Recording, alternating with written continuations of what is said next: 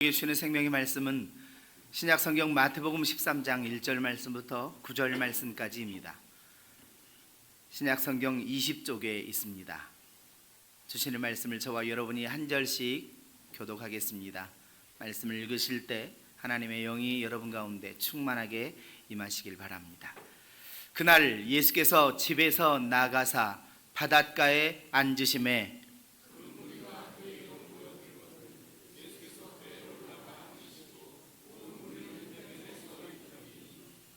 예수께서 비유로 여러 가지를 그들에게 말씀하여 이르시되 씨를 뿌리는 자가 뿌리러 나가서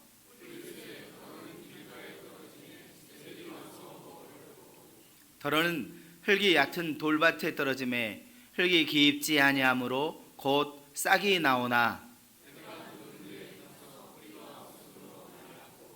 더러는 가시떨기 위에 떨어짐에 가시가 자라서 기운을 막았고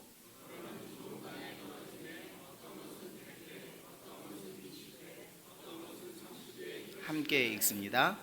귀 있는 자는 들으라 하시니라. 아멘. 부터 전국적으로 장마 전선에 들게 되는데 제주도에는 비가 내리기 시작해서 강한 폭풍우도 동반된다고 합니다.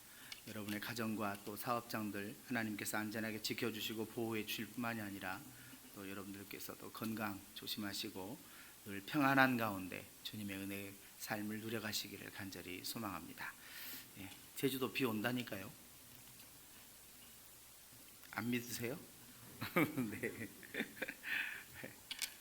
제가 말씀드리려고 친구한테 예배 들어오기 전에 전화해서 물어봤어요. 거기 비 와? 그랬더니 비 많이 오네 그러더라고요. 비 옵니다. 저와 여러분의 심령에도 성령의 단비가 충만하게 임하시기를 축원합니다. 매일매일 부어주시는 그 은혜 없이는 우리가 한순간도 살 수 없어요. 그래서 저와 여러분들은 하나님의 은혜의 소중함을 알기에 그 은혜의 소중함을 늘 사모하는 마음 가지고 살아가시는 우리 동두천교회 모든 가족들이 다 되셨으면 좋겠습니다. 우리가 지난주하고 오늘까지 씨 뿌리는 자의 비유에 대해서 함께 말씀을 봤습니다. 사실 이 말씀을 읽다 보면 우리 정서로는 이해가 되지 않는 내용 두 가지 정도가 있습니다. 하나는 씨를 뿌린다는 거예요. 사실 씨를 뿌립니까? 씨를 심습니다. 그런데 성경은 씨를 뿌린다 그렇게 말합니다. 우리 교회 학교 아동부 아이들이 여기 교회 오는 길목에 잘 다져진 흙에다 씨를 심었어요. 지지난주에 심었는데 해바라기도 있고 또 코스모스도 있고 그래서 거기에 아동부에서 꽃씨를 심었습니다 그렇게 적어 놓았습니다. 혹시 가다가 이거 뭐야 그러면서 밟지 마시고 지금 새싹이 이렇게 올라왔더라고요. 아침에 전도사님 물을 주고 계시는데 예쁘게 파릇파릇 잘 올라왔습니다. 그들이 잘 커서 좋은 열매가 맺을 수 있도록 여러분도 오고 가시면서 이렇게 물도 한 번씩 주시고 사랑과 관심을 줘야 식물들도 잘 자란다고 하죠. 또 하나는 다른 것은 씨를 뿌리는데 좋은 밭에만 뿌리지 왜 길가에 뿌리고 돌밭에 뿌리고 가시밭에도 뿌리는지 잘 이해가 안 되실 겁니다. 한 톨의 씨가 아까운데 왜 조심해서 정확하게 좀 뿌리지 않고 엉뚱한 곳에 뿌리냐고 그렇게 말씀하실 수도 있습니다. 이 말씀을 주실 당시에 팔레스타인의 경작법을 보면 우리의 경작법과는 달라요. 우리나라에서는 농부들이 씨를 뿌리기에 앞서서 뭘 합니까? 먼저 밭을 갈아요. 다 뒤엎습니다. 쇠스랑으로 하든지 곡괭이로 파든지 또는 기계로 해서 다 한번 갈아엎은 다음에 그 이랑과 고랑을 잘 구분을 지어놓고 거기에 씨를 뿌립니다. 그리고 나서 뭘 합니까? 주변에 많은 부분의 흙을 가지고 덮어줘요. 그래야 씨가 뿌리를 내리고 열매를 맺을 수 있으니까. 그런데 우리나라의 토양과는 다르게 그 이스라엘 땅의 토양들은 돌이 굉장히 많습니다. 좋은 땅인데도 돌들이 많아요. 파보면 굵직굵직한 돌들이 굉장히 많습니다.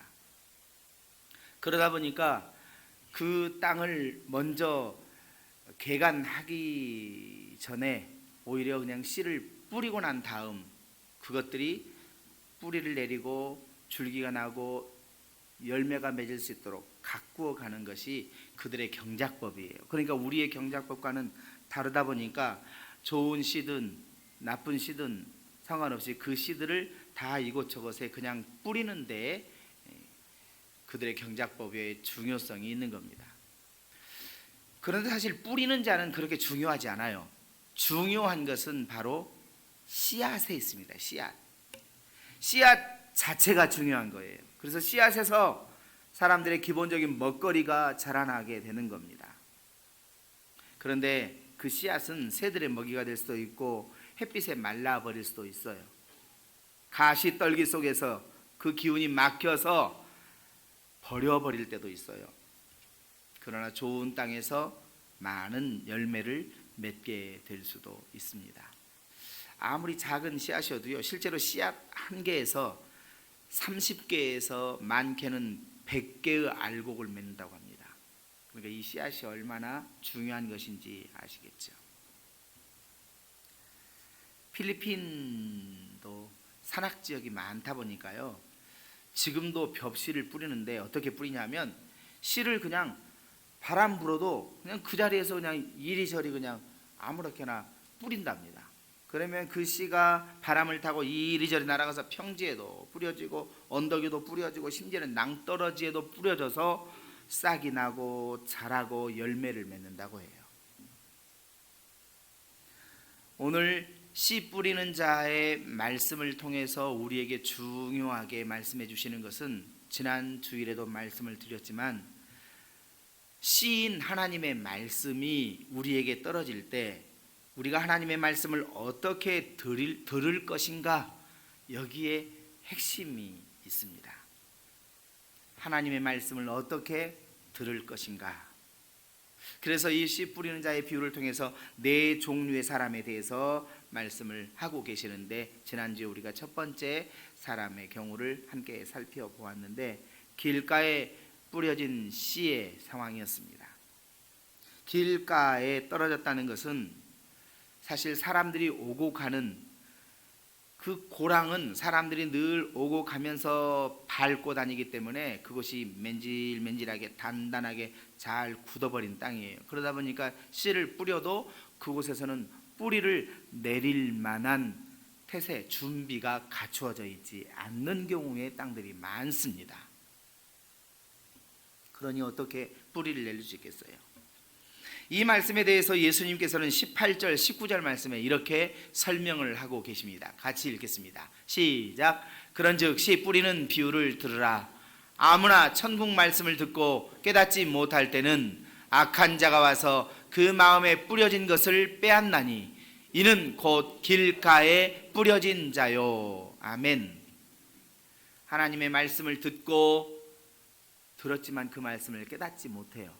그럴 때는 악한 자가 와서 그 마음에 뿌려진 것을 빼앗아가는 것이다. 이것이 바로 길가에 뿌려진 것이다. 이것을 마가복음 4장 15절 말씀에는 이렇게 말씀합니다. 다시 한번 읽습니다. 시작. 말씀이 길가에 뿌려졌다는 것은 이들을 가리킴이니 곧 말씀을 들었을 때 사탄이 즉시 와서 그들에게 뿌려진 말씀을 빼앗는 것이요. 아멘.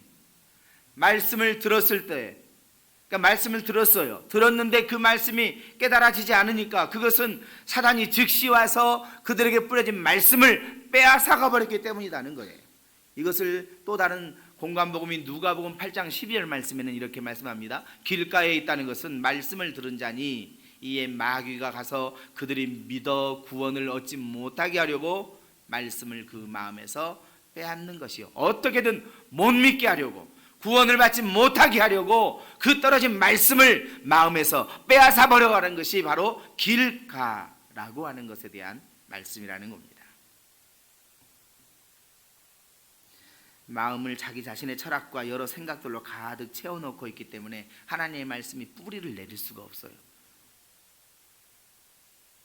때로는 성경을 읽어가다 보면은 이건 아닌데 하나님께서 왜 이렇게 말씀하셨을까라고 생각하는 것들이 있으실 거예요. 그럴 때 하나님의 말씀을 우선순위에 두셔야 돼요. 내 경험은 얼마든지 다른 사람의 경험과 비추어 볼 때 보편지역이지 못한 것들이 대부분입니다.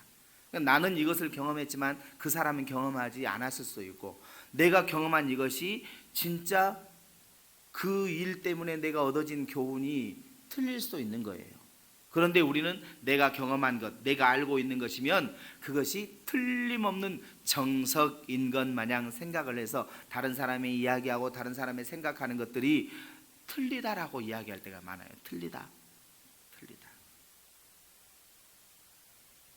왜 사단이 와서 우리의 마음속에 떨어진 이 말씀의 씨를 빼앗아갑니까? 같은 비유를 취급하고 있는 누가복음 8장 12절의 말씀에서 말씀하셨듯이 우리를 못 믿게 하려고,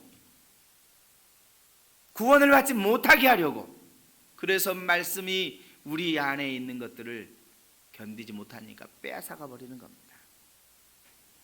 지난주에 말씀드린 C.S. 루이스라고 하는 신학자의 또 설교학자이기도 합니다만은 이분의 쓴 책인 악마의 편지라고 하는 책의 이야기를 말씀드렸죠. 이 길가에 떨어진 씨에 대해서 자세하게 잘 설명을 해주는데, 우리가 오늘도 예배를 드리고 하나님 말씀 받고 집으로 돌아가는데 그냥 예배를 드렸음에도 불구하고 아무런 일이 없었던 것처럼 그냥 가시게 되면 우리 뒤에서 누가 음흉한 미소를 짓고 있어요? 사단이 음흉한 미소, 회심의 미소를 지으면서 그래, 당연히 그래야지 라는 거예요. 여러분, 오늘 제가 이번 돌아오는 금요일 저녁 기도의 말씀 제목을 기도가 이의를 낸다, 그렇게 제목을 정했어요. 기도가 이의를 낸다. 여러분, 기도하면 큰일 나는 줄 믿으십니까? 안 믿으십니까? 기도하면 큰일 나요. 기도하면 큰일 납니다. 그 큰일 안 당하시려고 기도 안 하시는 건 아니죠. 네. 기도하시면 큰일 나요. 우리는 큰일 그러면은 안 좋은 일만 생각하잖아요. 그러니까 기도하면 큰일 납니다 그러면은 좋지 않은 뉘앙스로 받으시. 기도하면 큰일 납니다. 하나님의 위대한 일이 생깁니다. 위대한 기적이 일어납니다. 위대한 역사가 일어납니다.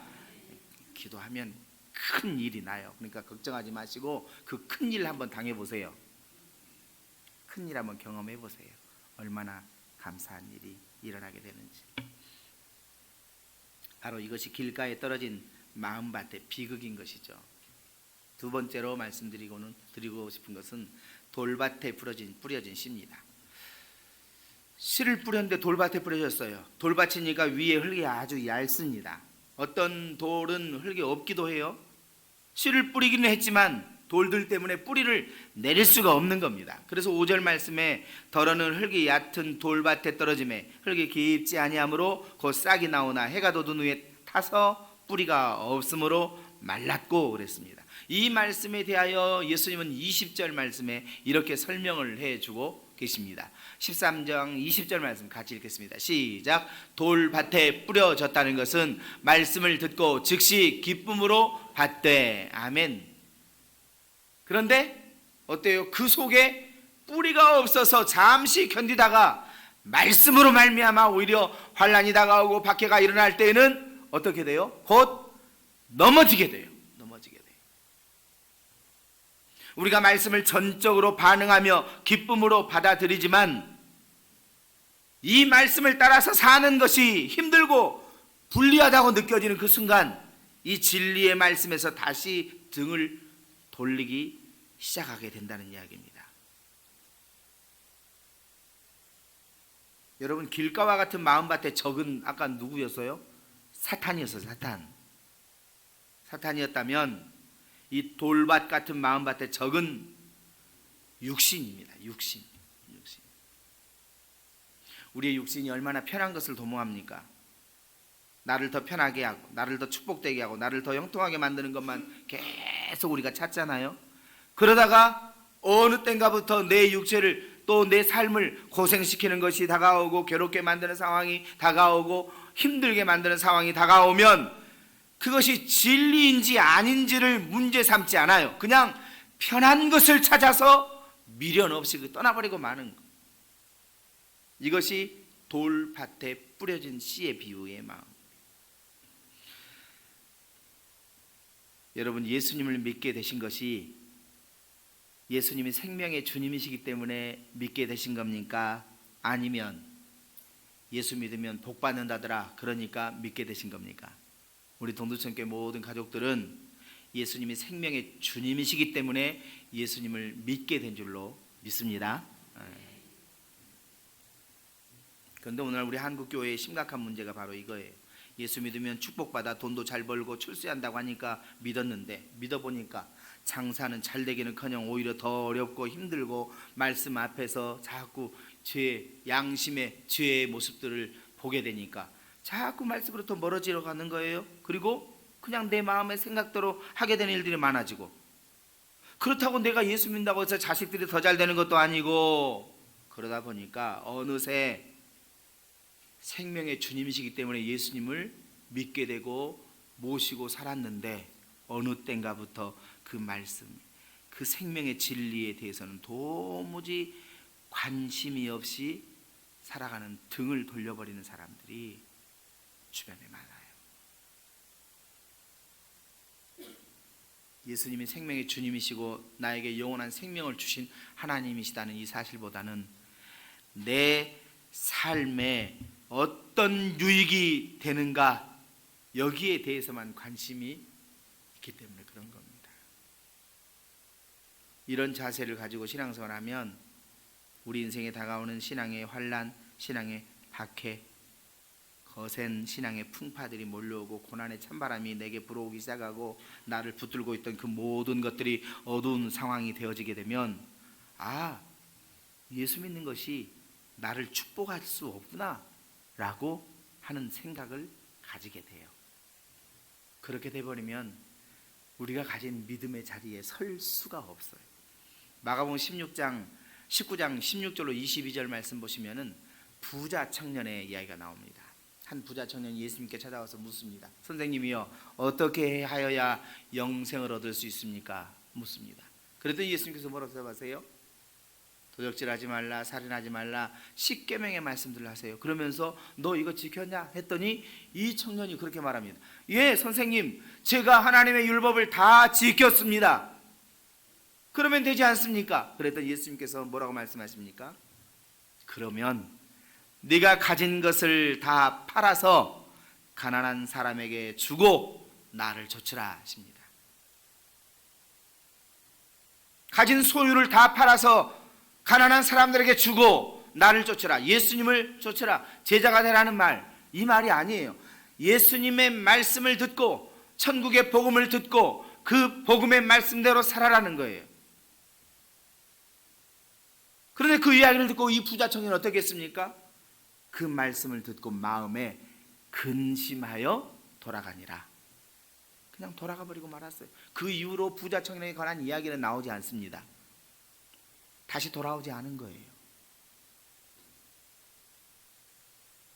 자신이 가진 소유로 인하여 다 팔아서 가난한 자들 나눠주라 하시는 그 말씀 앞에 그것을 실천할 만한 믿음의 용기가 없습니까? 구원과는 상관이 없는 삶을 살아가고 말게 된 것이죠.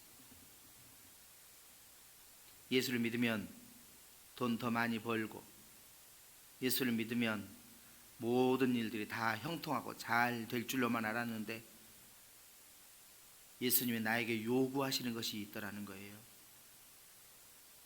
신앙생활 하다 보니까 오히려 내가 손해보는 일도 많고, 또 신앙생활 하다 보니까 내가 억울한 일 당하게 되는 일도 많고 하더라는 거죠. 그러니까 어떤 생각이 드냐?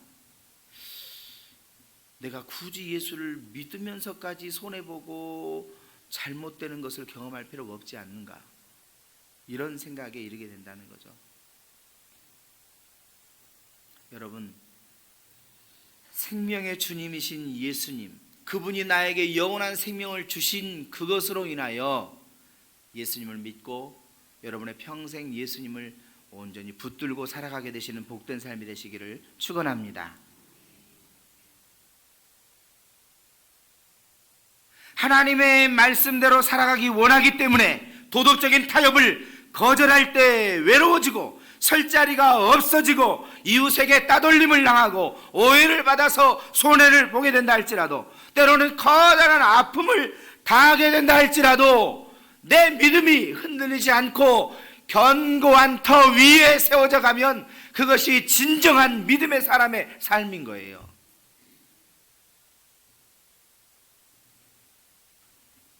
그런데 돌밭 같은 마음, 이 마음은 이 진리의 씨를 받아들이려고 하는 오늘의 성도들을 쉽게 유혹당하게 만들고 미혹되게 만드는 그런 밭입니다. 돌밭의 비극이죠. 세 번째는 가시밭에 뿌려진 씨입니다. 7절 말씀 보시면 이렇게 말합니다. 더러는 가시 떨기 위에 떨어지매 가시가 자라서 기운을 막았고 그랬습니다. 가시 떨기 위에 떨어졌지만 그것이 뿌리를 내릴 수 있어요. 그러나 뿌리를 내릴 수 있지만 그 뿌리가 내려서 영양분을 계속 공급받고 장성하여 가야 되는데 기운을 가시들이 막아버리는 거예요. 그래서 자라갈 수가 없는 거예요. 그냥 늘 그 모습 그대로 있다가 결국은 죽어버리게 되는 거예요. 22절 말씀 예수님 이렇게 설명하십니다. 가르쳤습니다. 시작. 가시 떨기에 뿌려졌다는 것은 말씀을 들으나 세상의 염려와 재물의 유혹에 말씀이 막혀 결실하지 못하는 자요. 아멘. 이 사람은 말씀을 잘 받아들이는 사람입니다. 그러나 말씀이 자라지 못하도록 이 사람의 관심을 막고 있는 장애물이 있어요. 그 장애물이 무엇이에요? 세상의 염려와 재물의 유혹이 자라지 못하도록 막고 있는 거예요. 그래서 우리로 하여금 이중적인 태도를 가지고 신앙생활을 하게 만드는 겁니다. 주님도 사랑하고 세상도 사랑하고. 일부 예배에 말씀드렸습니다마는 제 친구 중에요, 저는 어머니께서 놀 데도 없으니까 그냥 학교 가서 놀아라 해서 7살에 보내셨습니다. 친구들은 다 8살에 들어가지고 제 친구들은 다 57인데 저는 56이에요. 그래도 뭐 친구들이니까. 근데 제 친구 중에 건설업을 하고 또 부모님께로도 물려받은 재산이 있는 친구가 있어요. 다 해서 고정자산, 유동자산 뭐 다 포함해서 300억 정도 재산이 그래요. 그런데 이 친구에게 부인이 둘이 있어요. 같이 살아요. 그래서 제가 그랬어요. 한 사람도 힘든데 도대체 2사람씩이나 어떻게 감당하며 사느냐고.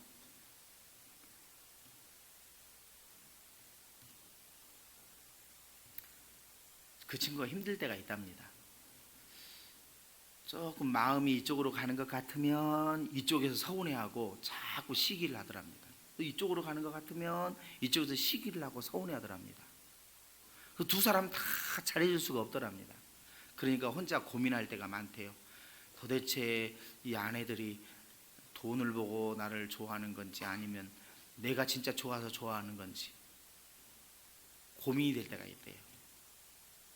지금에 와서는 2사람에게 다 잘해줘야 되잖아요. 그렇다고 한 사람을 버릴 수는 또 없잖아요. 2사람에게서 다 자식들이 낳았으니까. 그래서 너 끝까지 책임 잘 져줘라 제가 그리고 말았죠. 여러분, 한 사람, 그 한 사람에게도 쉽지 않은데 2사람에게 모든 것을 다 공평하고 똑같이 할 수 있겠습니까? 안 되는 거예요. 그래서 예수님께서 뭐라고 말씀하십니까? 마태복음 6장 24절 말씀 같이 읽겠습니다. 시작. 한 사람이 2 주인을 섬기지 못할 것이니 혹 이를 미워하고 저를 사랑하거나 혹 이를 중히 여기고 저를 경히 여김이라. 너희가 하나님과 재물을 겸하여 섬기지 못하느니라. 아멘. 2 주인을 섬기지 못해요.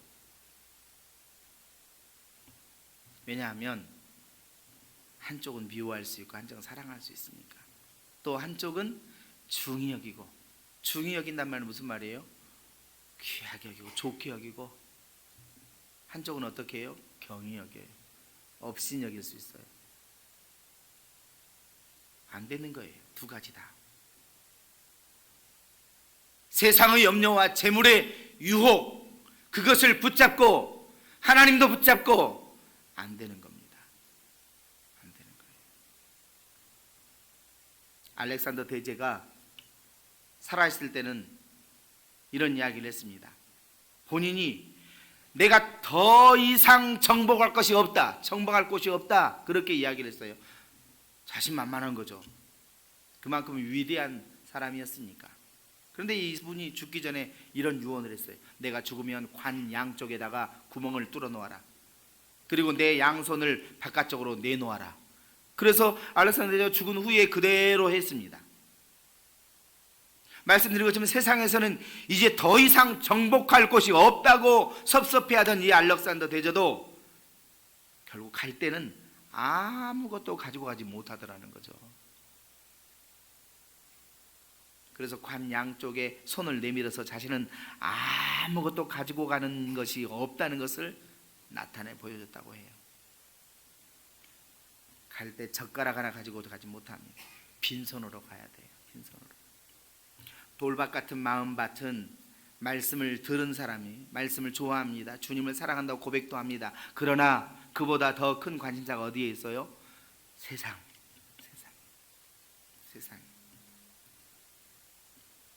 여러분의 관심이 늘 하나님께 대하여 집중되어 계시기를 주님의 이름으로 축복합니다. 네 번째는 좋은 땅에 뿌려진 씨입니다. 좋은 땅 같은 마음밭. 그래서 8절에 뭐라고 말씀합니까? 더러는 좋은 땅에 떨어짐에 어떤 것은 100배, 어떤 것은 60배, 어떤 것은 30배의 결실을 하였느니라 말씀합니다. 좋은 땅에 떨어진 씨는 어떻게 되었는가? 이 말씀에 대해서 예수님께서 23절 말씀에 설명을 해주세요. 같이 읽습니다. 시작. 좋은 땅에 뿌려졌다는 것은 말씀을 듣고 깨닫는 자니 결실하여 어떤 것은 100배, 어떤 것은 60배, 어떤 것은 30배가 되느니라 하시더라. 이 말씀을 똑같은 공관복음의 누가복음 8장 15절 말씀에는 같이 다시 한번 읽습니다. 시작. 좋은 땅에 있다는 것은 착하고 좋은 마음으로 말씀을 듣고 지키어 인내로 결실하는 자니라. 아멘. 여러분의 삶이 어떠하시든지, 여러분의 형편이 어떠하시든지, 여러분의 삶의 여건이 어떠하시든지 간에 하나님을 향한 그 사랑의 마음, 주시는 그 생명의 말씀을 여러분의 삶에 적용시켜가면서 때로는 그것이 우리를 손해를 당하게 하고 오해를 받게 하고 우리가 억울한 일을 당하게 된다 할지라도 그 믿음의 삶을 끝까지 포기하지 말고 지켜가십시오. 하나님이 인내로 여러분의 삶에 결실하게 하여 주실 줄로 믿습니다. 그래서 억울하다 하도 그것은 하나님께서 모든 대적을 멸하여 주실 것이니 하나님께 맡겨드리고 우리의 본분은 하나님 앞에 주신 말씀을 붙들고 끝까지 포기하지 않는 그 믿음의 길에 서서 올곧게 하나님 앞에 나아가고 주님과 동행하는 삶을 살아가고, 이 말씀의 중요한 핵심이 어디에 있어요? 지키어에 있어요. 지키어. 살아내야 돼요. 살아내야 돼요. 하나님의 말씀을 우리가 살아내야 됩니다. 이것이 좋은 땅에 뿌려진 씨의 마음이에요. 하나님이 그런 사람들을 축복하지 않을 수가 없죠.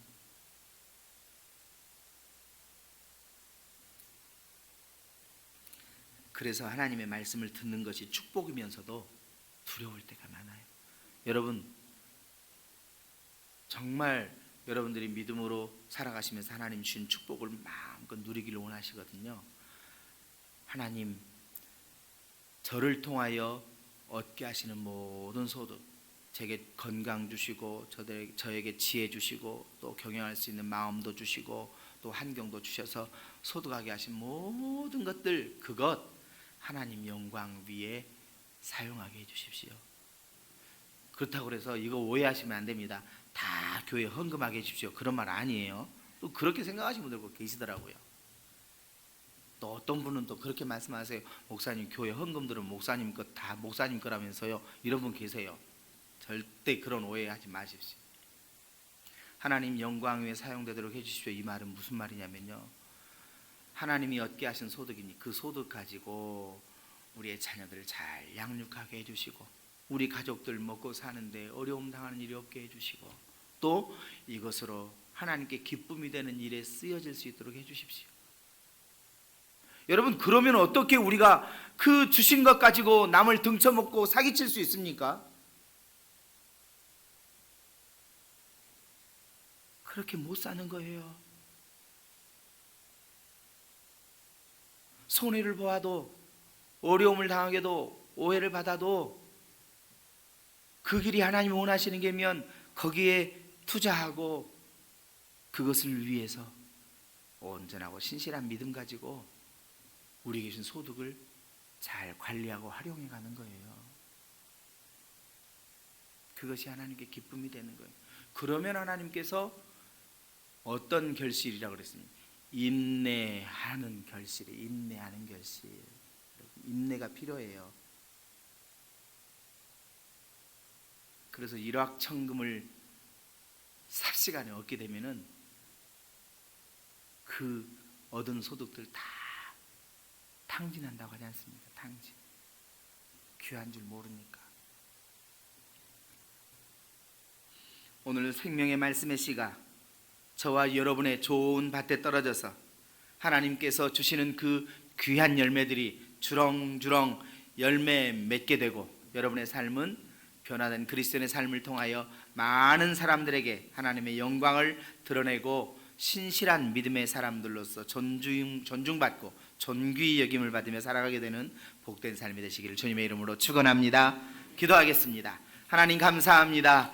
좋은 밭, 우리의 믿음의 밭이 이런 밭이 되어서 하나님께서 주시는 좋은 결실들이 주렁주렁 열매 맺게 도와주시고, 그래서 하나님 앞에와 세상 앞에 부끄럽지 않는 하나님의 신실한 종들로 살아가기에 부족함이 없도록 힘주시고 능력 주시옵소서. 예수님의 이름으로 기도하옵나이다. 아멘. 너를 지키시는 분, 얼굴을 내게 드사 평강 주게 원하네.